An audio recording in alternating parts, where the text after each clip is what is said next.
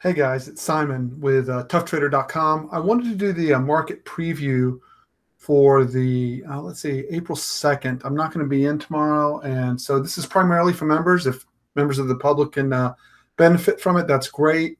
It's been a pretty amazing last 2 weeks trading wise. And I'm looking forward to being back in the saddle on Tuesday. But in the meantime, let's get started with the preview for tomorrow, discussing the important areas, what we're looking for the market to do in terms of where we're looking for the market to move, and where key locations where you'll have key opportunities to get what I would think would be larger swings up or down out of those areas. So let's get started. Before we do that, and I'm a little bit tired because I've been working late tonight to get caught up. It's been a bit of a long weekend.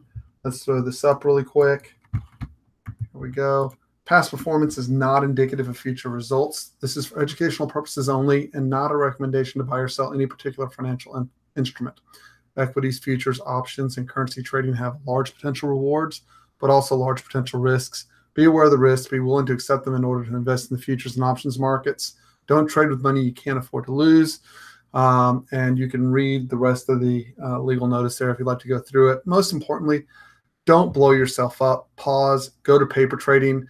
Remember the most important thing, right?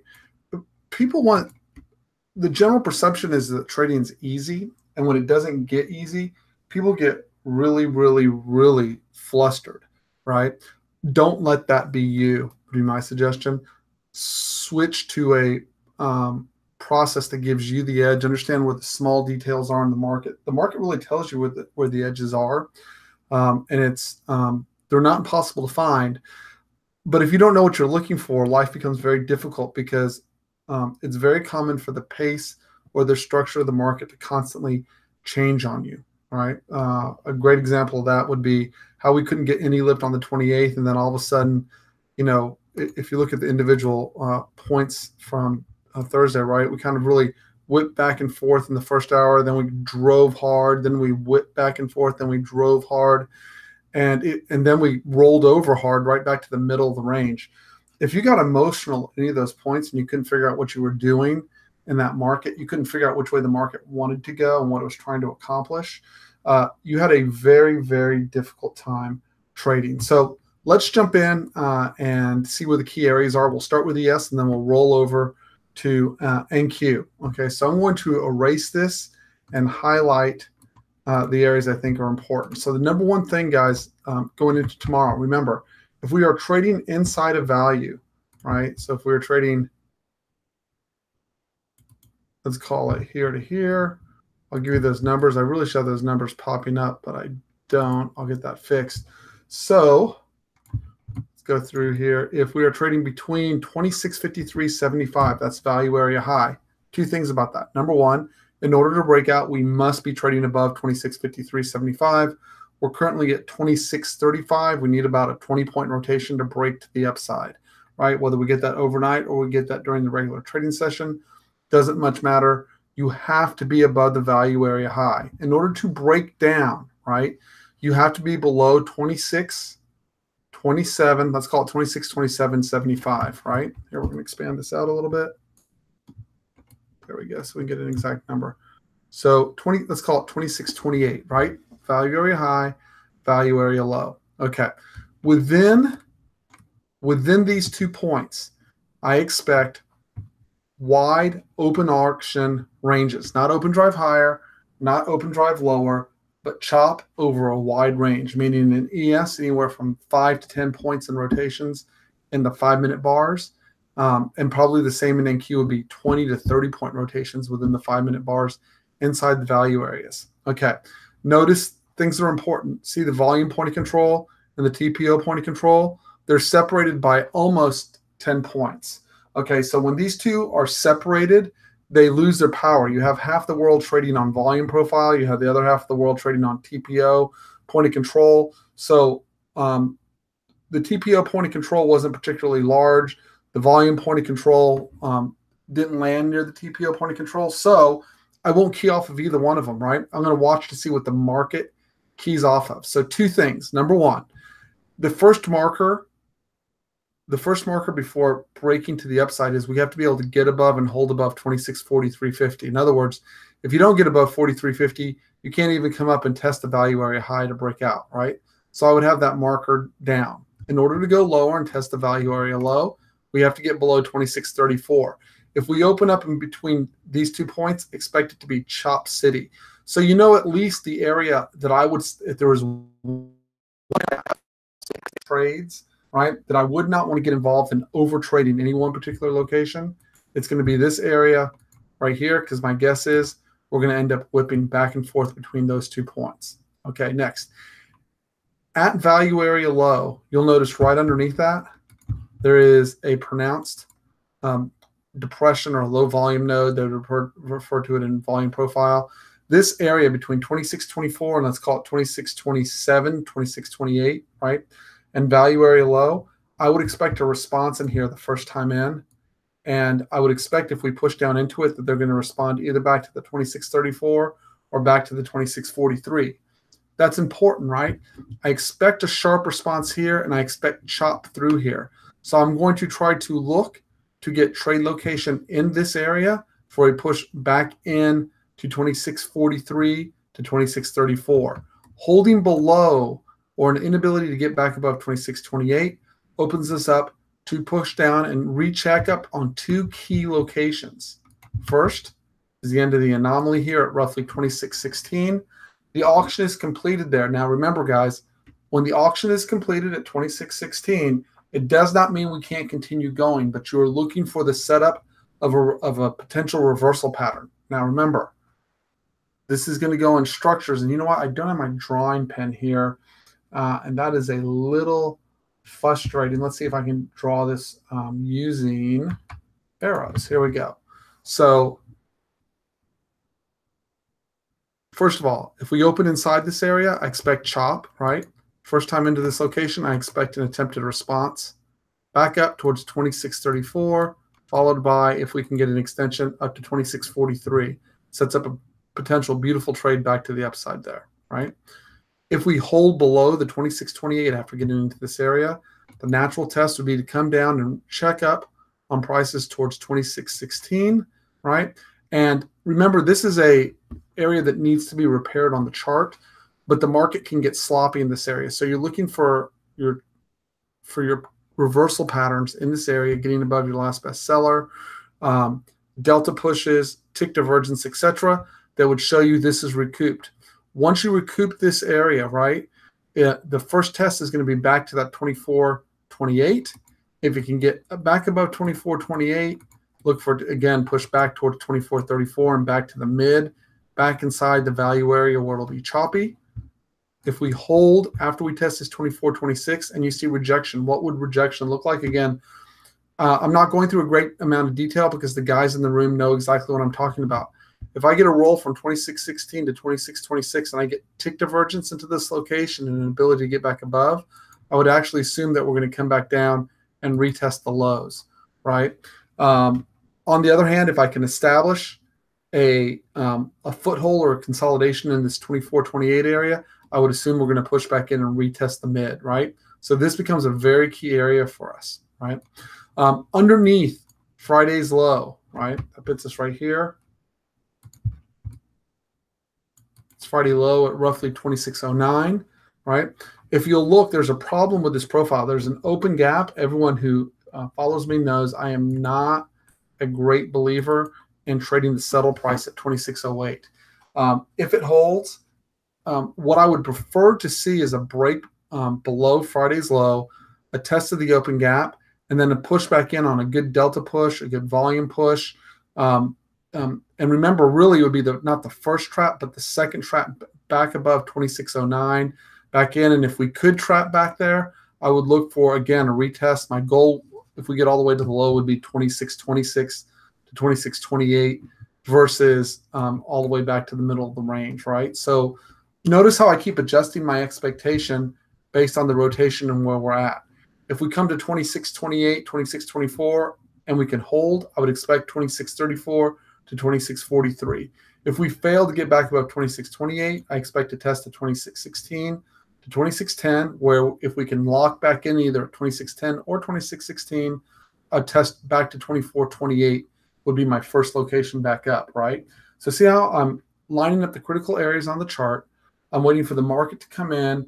And I also understand once I'm below value area low, I expect the speed and the size of the rotations to increase, right? So I expect chop over a wide range in here where you can't make any progress. I expect to make large, wide progress underneath Friday's value area, right? Notice it's very, very important here. Notice that even though the open gap is still there, and there's no doubt that visual traders, or what Dalton would refer to as weak traders, they're not weak because they have less skill. They're weak because they're willing to bail. Day traders are willing to bail on a position much quicker than institutions and swing traders are, right? We're the first in and we tend to be the first out. And so I fall into that group of, quote, weak traders by Dalton's definition, right? So notice that both the point of control, I want to highlight this, the point of control and the TPO point of control from Thursday have been auctioned over. And that is a problem, right? So I'm not saying that the market's going to have a hard roll down or that we're going to roll down significantly tomorrow. I don't know that. And I don't think that, nor am I predicting it. Right now, to even consider that, you'd have to get below value area low, which the market hasn't been able to accomplish, right? At least the Asian session. But if we do get below value area low and we don't get constructive right at this point, the risk is at the low, if you're playing this gap, is that these points of control have been tested. And if you had to put a value weighting between the volume point of control, the TPO point of control, or the opening print, the opening print would rank about a 4. Excuse me, the closing print would rank about a 4. And that TPO and that volume point of control will rank about an 8 or a 9, right? So why is that important to you? Because if you're going to try and catch this and make this turn, you have a good chance of getting run over by traders panicking out of the position as we break the low. I would rather establish once we trap back into this range than try to grab this open gap. That's my feeling. Additionally, nothing on this profile has to be repaired here. We have a decent low on the 28th. We have a very poor low going back to the 23rd that needs to get repaired. So my guess would be that if we blow this 26, if we do get below Friday's low, right, my general impression would be somewhere between this volume point of control, which is yet untested at 25.90, right? 25.90, 75 would become my target underneath, bearing a trap. So realize I'm looking for two pieces. If they do manage to hold the open gap and they trap back in, I'll look for a setup here for a push back up. If they fail to hold this open gap, I'm going to look for a test of 25.90, 75 down to 25.85. And if we get to that 25.85, that swing low, I would actually look for a break. That would be a very large stretch. Realistically, about 50 points has done it on ES. So you can kind of get a good idea of where we're going to turn. If you take the 36, let's just do 40 minus 50, pitch you at 25.90, right? You take away another 5 points, that pitch you at 25.86. That puts a retest of generally about this area as the maximum stretch that we're capable of getting. And I would suspect that we would stretch just a little bit behind that, would fix the chart, and then snap back in. So this would be marked as the highest odds location for getting a response. I don't think that we'll stretch down that low, but that would make sense. On the upside, if we can get above value area high, which is roughly 26.54, right? The volume point of control has already been tested, which leaves the TPO point of control here untested. I would rank this because the volume point of control rejected on Friday afternoon. It makes the TPO much weaker. This was a good high. The market really doesn't have a lot of reasons to come back and re-auction. As a matter of fact, you could argue that we had a poor low on Friday and that this needs to get repaired. If you don't understand what that means, Mind Over Market by Dalton. But if we can get past the swing high, I don't think that 26.60, if we can come back to retest, I wouldn't expect 61.25 to hold. And I also wouldn't expect 78 to hold, because you'll notice again, see when we put this high in here and we rejected all the way down, see how we grabbed the TPO point of control and we couldn't make it past the volume point of control. But what you will notice in this process is see when these are separated or one has been tested. And so for an example, I'm going to give you the 26th of March. See how the volume point of control and the TPO point of control are way spread apart, right? Well, pretend it was different. Pretend one of those had gotten already auctioned over. The second one, whichever one that is, it doesn't matter the order, becomes significantly weaker. So 2678 becomes weaker. And the natural target here, in my opinion, is this hole right behind that volume point of control, that anomaly right there. So that would put us at roughly 2685 and a quarter to 2678. I would expect rejection out of that location. Again, I'm going to put that 2678 to 2685. Now, and mostly it's not because of the volume point of control, it's because of the hole and the anomaly right behind it. So if you look, is that possible? It is. You take 2636, you tack on 50 points, and that again puts us at a prime location. I would think, wow, I just lost my volume profiles, but I bet I can get them back. Let's see. There we go. So I got them back all right. So my whole point behind that, I would expect this to provide fantastic location for counter rotation and roll back to the downside if I were looking for a short and not overly aggressive, right? So now we have kind of the layout for the whole day. At the extremes, I expect to find responsive sellers in this 2680-85 area. I expect responsive buyers in this 2590 to 80 area, right? Back in, those give you your highest odd locations for my day traders and scalpers. I would expect responses, again, 2625 to this 2628 area. Seems pretty attractive to me. I look for repair type price action to take place near 2616, right? And I would also expect or look for a trap near 2610, but the market's going to have to tell me that I have the trap. I'm not going to, I would not be an automatic buyer at that closing print. I understand that people talk about open gaps liking to get closed. I personally feel that's a 50-50 proposition, and you end up being a boom bust trader just taking it naked. So sometimes it hits and sometimes it utterly destroys you. And it's, for me, very hard to tell when it's going to hold. And I just think there's other places on the chart that are much more reliable. I expect choppy conditions between 26. Here, let's spread this out so I can get the numbers. I expect choppy conditions between value area high of 2653 and value area low between 2627, right? And to look, if you want to see what that ends up looking like, if we come into tonight's price action, right? So you can see the key areas are already marked off above and below on my chart. Paying no attention to the bars. Basically what this tells us, so here I'm going to show you side by side so you can see this. See how we're outside of being an Asian that it's normally choppy, right? We already know between 2628 and 2653, right, which is a wide area. We're going to expect wide-ranging two-sided price action, but that's choppy in nature, right? So now look, we're right in between those areas. This is, excuse me, this is NQ. Let's get ES. Where do I have ES hiding? I have it right over here.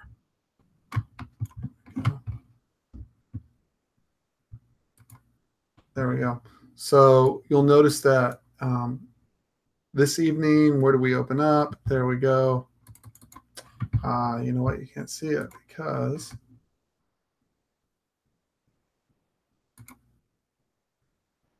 there we go. So we're going to open this up, and what you'll see is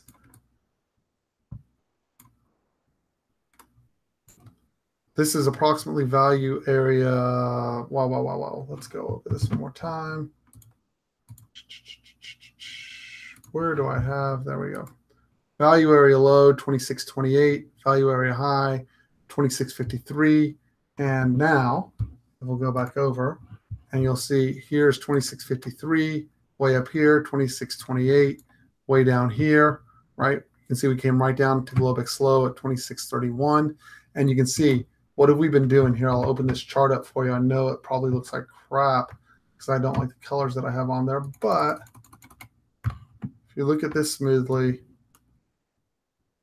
what you will see is that the market's just whipping back and forth over this area. And this is exactly, although with a wider range, what I would expect inside balance tomorrow. So take a look at that. And if you think you can trade this well, what you'll notice is on these whips, the edges are the best. The reason this causes traders so much trouble is because they try to, let's say they get a short here and they take some heat and they survive and they think, finally I've got the break as it rolls to the downside, and then it comes and snaps them all the way back and stops them out. Or even worse, they'll get emotional at the edges and they'll go, oh, it's breaking out, let me buy it here. And it whips them all the way down. They think, oh, it's breaking down, let me sell it and short it over here, right? And then it snaps them all the way back and they get emotional on both ends of that range. Just know, inside value area, choppy conditions, be very selective with what you're taking. I actually prefer to trade outside of value or at the edges of value if the market will allow me to do so. It just simply becomes much, much easier to get a directional move. Outside of value, I expect to get chopped up or to be very selective on my entries inside of value. Okay, so that covers the ES for tomorrow. Let's go do NQ really quick. 1 second here.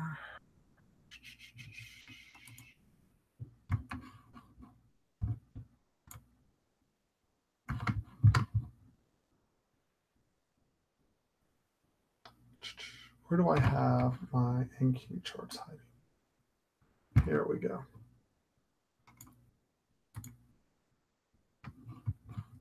Okay. Actually, I don't want to use this chart. I want to use this chart. Where do I have that hidden?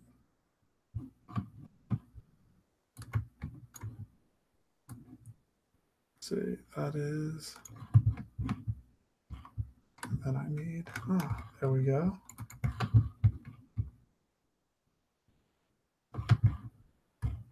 Perfect. Okay, so we'll steal this. And I think without doing any damage to my work, I can erase this. We can be all right. So here we go. I see what's going on here. I will fix this as well.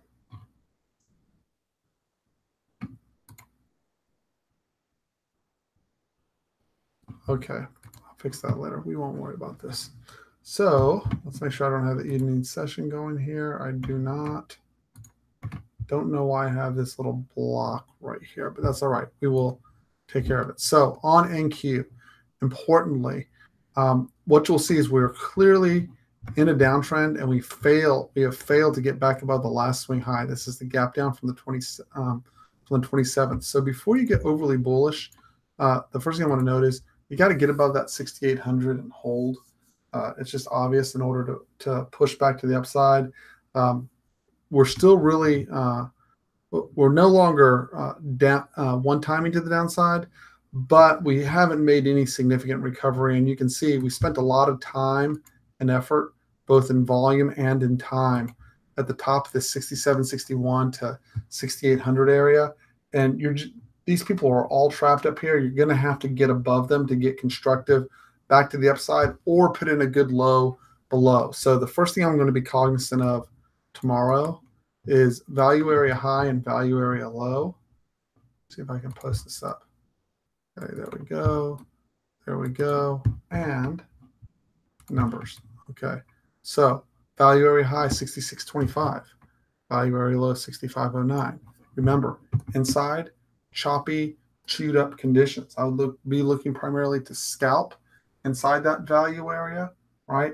And the best thing that could happen to anyone in there is that we either open below, push back in for a test back into the 65.49 area, or we get above and we open drive higher and come back up and repair some areas. So when I look at this chart, number one, notice the volume point of control and the TPO point of control are practically right next to each other at 65.50, 65.49 area. That should act somewhat as a magnet tomorrow. And we should get, because they're right next to each other, that is one area inside that profile I would expect to see a response. And if you look at that 65.48 and we go to the overnight price action here really quick, you will see that 65.48, let me pull this in for you a little bit. Tonight, here's 65.48 on the chart. and you can see that's Globex low, and we've popped right off of that, right? So again, that re-emphasizes, for me at least, when that volume point of control and that TPO point of control are very, very close together, I expect a response the first time. Now, the question that I'll often get asked as a coach is, well, what if it's tested overnight? Does it count in the RTH? So I count the RTH as a quote new trading session. And so, yes, the first time I believe that you will get responsive buyers out of that location the first time in. It's very common to do so. It's a statistical thing, right?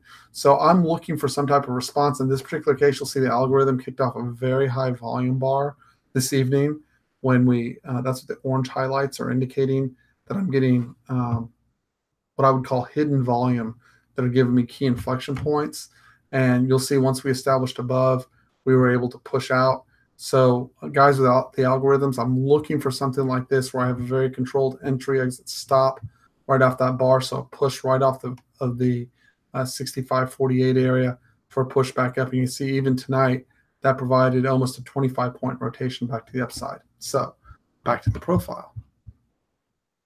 Secondly, the other thing you'll notice is because we're inside value, see how we're rotating up, rotating all the way down, rotating all the way up. But net, if you look, we really haven't made much progress, right? We opened up at roughly 65.56, and we're trading roughly 65.56. The market just has a tendency not to go anywhere in this particular situation, right? So let's go back over when you're inside a value, right? So again, I expect directional moves above and directional moves below value area low.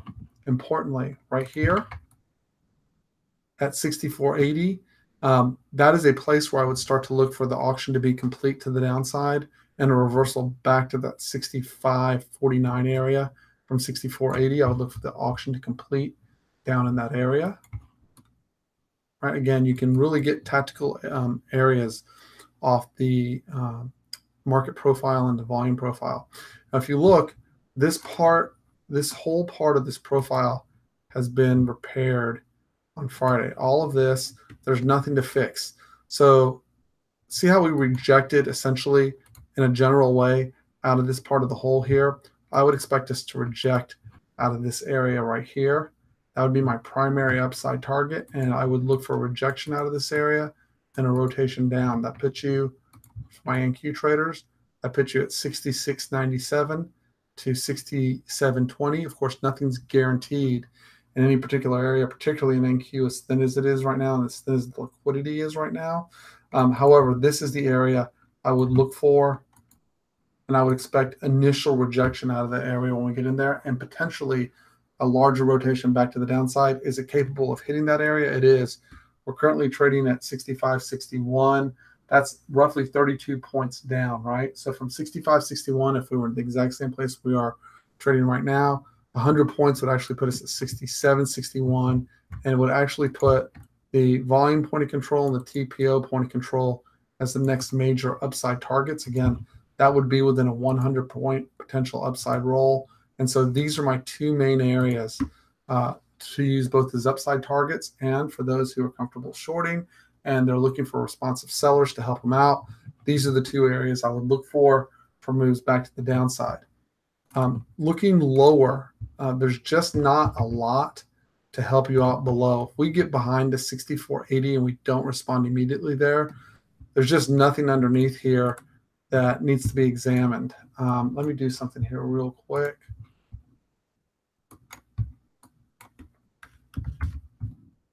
Back 150 trading days. Give it just 1 second to make sure I have the data there. Okay, so if we get behind this 64.80 location, we don't respond at all out of this area. We don't get any kind of structure. For me, the most obvious target is the TPO and the volume point of control sitting at 65.32, 65.52 to 65.40-ish, roughly. Is that within our potential strike area? It is. Why do I say that? We're currently trading at 65.61. We've had 200-point ranges potentially, although we held up on Thursday on a 100-point down rotation. We've been putting up 140 and 150 points. 200 points is certainly within the realm of possibility. And if we look down there, let's see, what is that? That's 65.32. Let's mark that so I can go back and look really quick and see what's in between.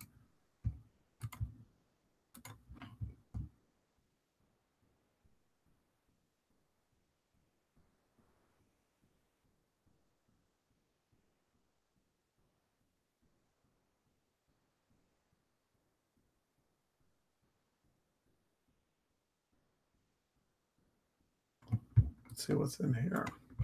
Let's pull this in just a bit. There we go. So when I look at that, the only other place that I would see that would jump out to me, so there's obviously a untested settle price at roughly 64.14. Obviously expect visual traders to attack that area, so 64.14 a quarter. And there's a hold profile starting at 64.01 down to 63.97. If it were me and I could be here to trade tomorrow, this is the area I would attack. Why? It's from where we are right now, which is 65.61. That 6,400 is roughly 150, 160 points. It's very stretched. That's an obvious hole in the profile that wants to get response out of. So I would look to attack in that area. And if that didn't work or that didn't hold, right? And again, remember, I wait for the market to tell me it's reversing. I do not buy falling knives. I want to be really, really clear. I don't buy falling knives. I have to see some kind of evidence that tells me, okay, go ahead and take that trade, even a small amount. I have to see some type of responsive buy, either in the deltas. I have to see it in the structure of the price. I'm totally fine missing a trade if it V-shapes into a location. I just don't have to have it like that because I don't like to get stopped and I don't like to get run over. And so the next area, if this doesn't hold or if this blows up, this particular 63.99, the obvious location would be to look for rotations out of 63.52, 63.54 to 63.40. So that's my take on it. Obviously, the skill set, anyone can come and pull up a volume profile chart. Anyone can become an expert in mind over markets, right? What we're really looking for in the market is what is the price? It's during the trading day that's important, right? What do the rotations look like? Is there tick divergence? Are there counter rotations, right? Can you get above your last seller even, right? So you start cascading to the downside. Do you see a single green bar? If you see 15 red bars in a row, right?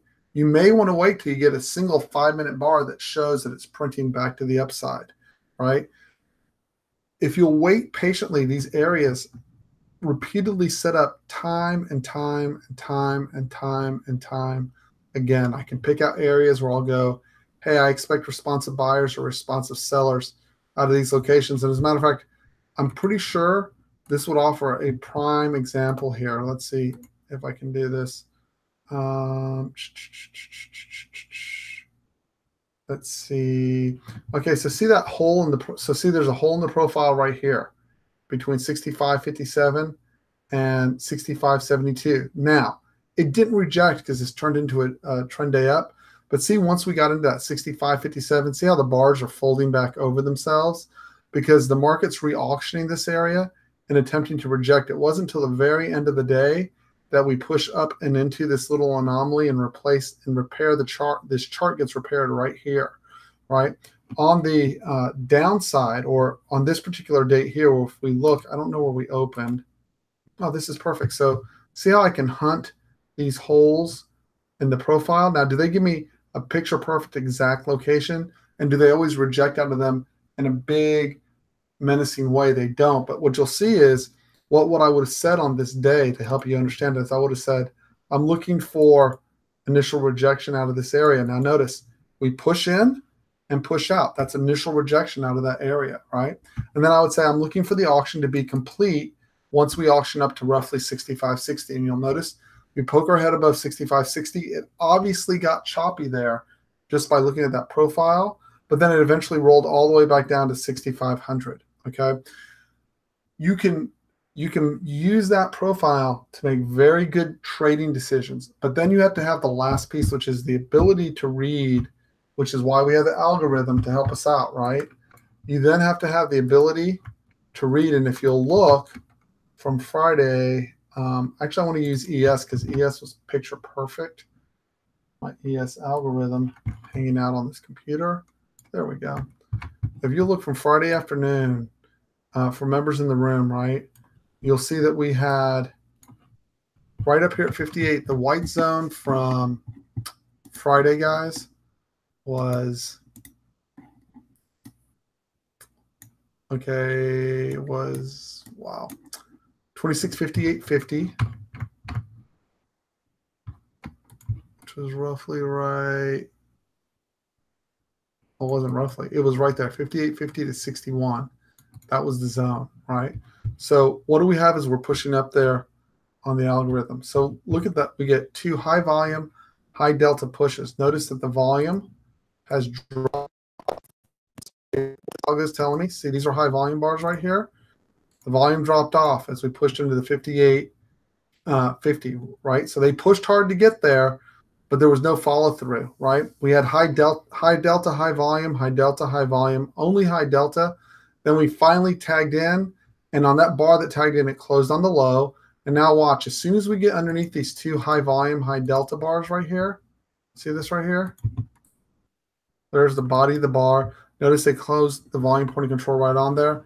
And now look at the fall away after that, right? So what did this do? This combined the TPO chart, right?